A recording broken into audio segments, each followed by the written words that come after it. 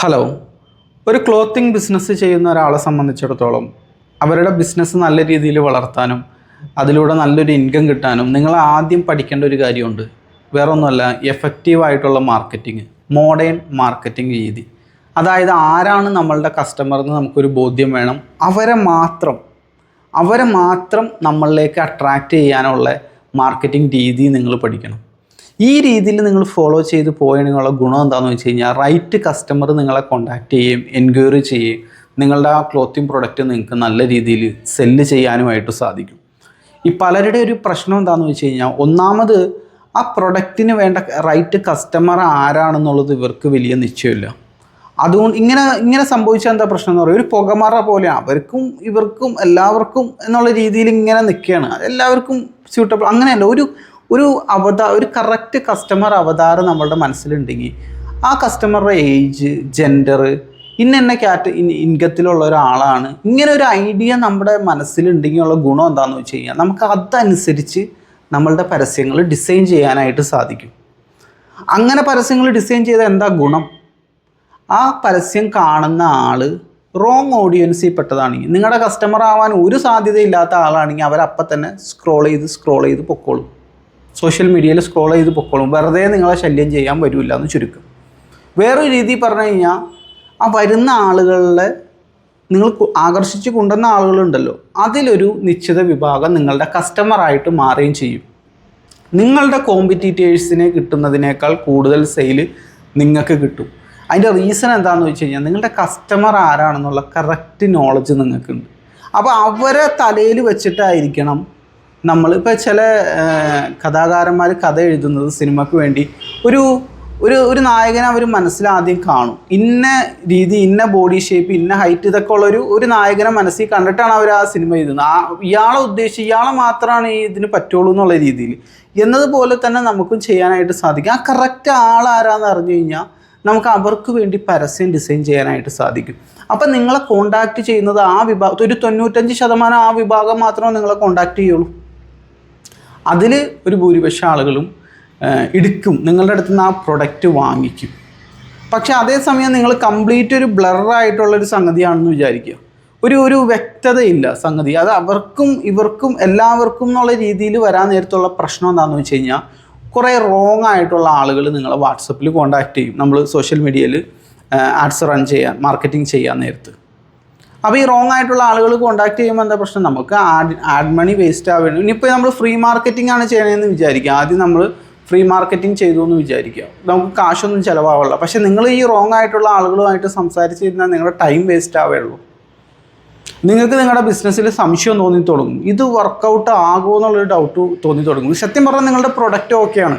ഞാൻ കഴിഞ്ഞ ദിവസത്തെ വീഡിയോയിൽ പറഞ്ഞായിരുന്നു, പരാജയപ്പെട്ട അധിക ബിസിനസ്സുകളും നിങ്ങളൊന്ന് ചെന്ന് കണ്ടു നോക്കാം, അല്ലെങ്കിൽ അവരോട് സംസാരിച്ച് നോക്കുക. അവർ തന്നെ പറയും ഞങ്ങളുടെ പ്രൊഡക്റ്റ് ഓക്കെയാണ്, പക്ഷേ എന്തുകൊണ്ട് മാർക്കറ്റിംഗ് ഫെയിലിയറാണത്. ഒരു ക്ലോത്തിങ് ഷോപ്പ് പരാജയപ്പെട്ടു എന്ന് വിചാരിക്കുക, ഫെയിലായി, അവർ ക്ലോസ് ചെയ്തു. നിങ്ങൾ ആ ഷട്ടർ തുറന്ന് അതിൻ്റെ അകത്തുള്ള ആ പ്രൊഡക്റ്റ് ഒന്ന് എടുത്തു നോക്കി, അതിൽ വലിയ കുറ്റമൊന്നും നിങ്ങൾ കാണുന്നില്ല. സാധാരണ കാണുന്ന രീതിയിലുള്ള ക്വാളിറ്റിയുള്ള തരക്കേടില്ലാത്ത പ്രൊഡക്റ്റ്, വളരെ മോശം ക്വാളിറ്റിയുള്ള പ്രൊഡക്റ്റാണ് നമുക്ക് കണ്ടെത്താനായിട്ട് സാധിക്കില്ല. അത് തരക്കേടില്ലാത്ത ക്വാളിറ്റിയുള്ള പ്രൊഡക്റ്റാണ്. കാരണം ഈ വിജയിച്ച ആൾ എവിടെ നിന്നാണോ ഈ ക്ലോത്തിങ് മെറ്റീരിയൽ എടുക്കുന്നത്, അതേ സ്ഥലത്തു നിന്ന് തന്നെയാണ് ഈ പരാജയപ്പെട്ട ആൾ എടുത്തേക്കുന്നത്. അപ്പോൾ എന്തുകൊണ്ട് ഒരാൾ വിജയിച്ചു ഒരാൾ ഫെയിലായി എന്ന് ചോദിച്ചു കഴിഞ്ഞാൽ, മാർക്കറ്റിംഗ് ഫെയിലിയറാണ്. ചിലപ്പോൾ ഒരാളുടെ ഷോപ്പ് നല്ല വിസിബിലിറ്റി ഉള്ള സ്ഥലത്തായിരിക്കും ഇരിക്കുക, ഒരുപാട് കസ്റ്റമേഴ്സ് അവിടെ കയറും. അത് ഷോപ്പിൻ്റെ ഉദാഹരണം. ഈ പരാജയപ്പെട്ട ആളുടെ ഷോപ്പ് ചിലപ്പോൾ ഏതെങ്കിലും സെക്കൻഡ് സ്റ്റോറി 2 സ്റ്റോറി ബിൽഡിംഗ് ഉള്ളതിൽ സെക്കൻഡ് ഫ്ലോറിൽ ഏതെങ്കിലും ബാക്ക് സൈഡിലായിരിക്കും. അപ്പോൾ 0 വിസിബിലിറ്റി അല്ലെങ്കിൽ ലോ വിസിബിലിറ്റി ആയതുകൊണ്ട് അത് ഫെയിലായി. ഇത് സോഷ്യൽ മീഡിയയിൽ വന്നു കഴിഞ്ഞാലോ, ആക്റ്റീവായിട്ട് മാർക്കറ്റിംഗ് ചെയ്യുന്നുണ്ട്. ഒരു ക്ലോത്തിങ് ബിസിനസ് ഓണർ നല്ല രീതിയിൽ മാർക്കറ്റിംഗ് പഠിച്ച് ആക്റ്റീവായിട്ട് ചെയ്യുന്നുണ്ട്. അതുകൊണ്ട് അവർക്ക് ഡെയിലി എൻക്വയറീസും റൈറ്റ് ഓഡിയൻസ് അവരെ കോൺടാക്റ്റ് ചെയ്യുന്നു, അവർക്ക് സെയിലും ഉണ്ട്, ആ ബിസിനസ് വളരുന്നുണ്ട്. വേറൊരാളൊരു എന്തെങ്കിലും ഒരു ഓണമൊക്കെ വരാൻ നേരത്തെ ഹാപ്പി ഓണം എന്നും പറഞ്ഞൊരു പോസ്റ്റർ ഇട്ട് ഇങ്ങനെ വെയിറ്റ് ചെയ്തിരിക്കുകയാണ്. ഇതാണ് വ്യത്യാസം. അല്ലെങ്കിൽ ആ ഫ്രണ്ട്സ് ആൻഡ് ഫാമിലി, ആ പരിചയത്തിലുള്ള കുറച്ച് പേര്, നമ്മളുടെ കോൺടാക്ട്സിലുള്ള കുറച്ച് പേർക്ക് മാത്രം സെല്ല് ചെയ്തുകൊണ്ട് ഇങ്ങനെ ഇരിക്കുകയാണ്. ഇതാണ് ഡിഫറൻസ്.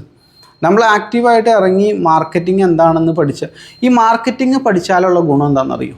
പ്രത്യേകിച്ച് social media, online, modern marketing പഠിച്ചാലുള്ള ഗുണം എന്താണെന്ന് വെച്ച് കഴിഞ്ഞാൽ, ഒരു ക്ലോത്തിങ് ബിസിനസ് ഓണറെ സംബന്ധിച്ചിടത്തോളം അതൊരിക്കലും നിങ്ങൾക്ക് നഷ്ടമാവണില്ല. കാരണം മാർക്കറ്റിംഗ് എന്ന് പറഞ്ഞു കഴിഞ്ഞാൽ കസ്റ്റമറെ കൊണ്ടുവരുന്ന പരിപാടിയാണ്. നിങ്ങളുടെ ബിസിനസ്സിലേക്ക് നേരിട്ട് ഇൻകം കൊണ്ടുവരുന്ന പരിപാടിയാണ്.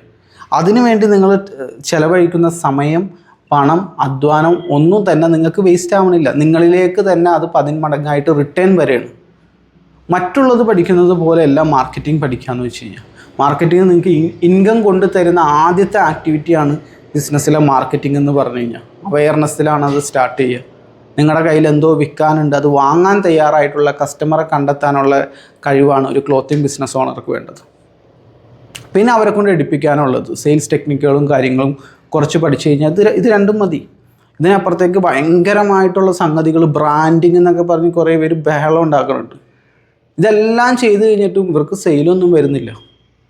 ആ മറ്റേ ഏറ്റവും ടോപ്പ് ബ്രാൻഡിൻ്റെ ലോഗോനോട് സാമ്യം ഉള്ളൊരു ലോഗോയാണ് നിങ്ങൾ ക്രിയേറ്റ് ചെയ്തേക്കുന്നത്. അതിൻ്റെ കളർ പാലറ്റിനോട് സിമിലർ ആയിട്ടുള്ള കളർ പാലറ്റാണ് നിങ്ങളുടെ. പക്ഷെ അത് $1 മില്യൺ കമ്പനി നിങ്ങൾക്ക് ഡെയിലി ഒരു 2 സെയിൽ പോലും ജനറേറ്റ് ചെയ്യാൻ സാധിക്കാത്ത സ്റ്റോക്ക് കെട്ടിക്കിടക്കുന്ന ഒരു ചെറിയൊരു ബ്രാൻഡ്. ഇവിടുത്തെ വ്യത്യാസം എന്താണെന്ന് വെച്ച് കഴിഞ്ഞാൽ കസ്റ്റമറെ കണ്ടെത്താൻ അറിയില്ല. പ്രൊഡക്റ്റ് രക്ഷിക്കും എന്ന വല്ല തെറ്റിദ്ധാരണ നിങ്ങൾക്കുണ്ടെങ്കിൽ അത് മാറ്റിക്കോ. പ്രൊഡക്റ്റ് അല്ല നിങ്ങളെ രക്ഷിക്കാൻ പോണേ. ആ പ്രൊഡക്റ്റ് വാങ്ങാൻ തയ്യാറായിട്ടുള്ള കസ്റ്റമറെ കണ്ടെത്താനുള്ള കഴിവാണ് നിങ്ങളെ രക്ഷിക്കാൻ പോകുന്നത് മാർക്കറ്റിംഗ്. അപ്പോൾ കണ്ടിന്യൂസ് ആയിട്ട് മാർക്കറ്റിംഗ് ചെയ്യാൻ നോക്കുക. നിങ്ങളുടെ ക്ലോത്തിങ് ബിസിനസ് നല്ല രീതിയിൽ വളർത്തിയെടുക്കാനായിട്ട് നോക്കാം. ഇതുപോലുള്ള ബിസിനസ് വിശേഷങ്ങളുമായിട്ട് നമുക്ക് വീണ്ടും കാണാം. ക്ലോത്തിങ് ബിസിനസ് ഓണറാണ് നിങ്ങൾ, മാർക്കറ്റിംഗ് നല്ല രീതിയിൽ പഠിക്കണമെന്ന് ആഗ്രഹമുണ്ടെങ്കിൽ ഡിജി സെയിൽസിൻ്റെ ഗ്രൂപ്പിൽ അംഗമാവാം. ക്ലോത്തിങ് ബിസിനസ് ഓണേഴ്സിന് വേണ്ടി പ്രത്യേകമായിട്ടുള്ള ഗ്രൂപ്പാണ്. അപ്പോൾ ക്ലോത്തിങ് ബിസിനസ് ഓണറാണെങ്കിൽ മാത്രം ഗ്രൂപ്പിൽ ജോയിൻ ചെയ്യുക. കൂടുതൽ കാര്യങ്ങളെല്ലാം അവിടെ പഠിക്കുക.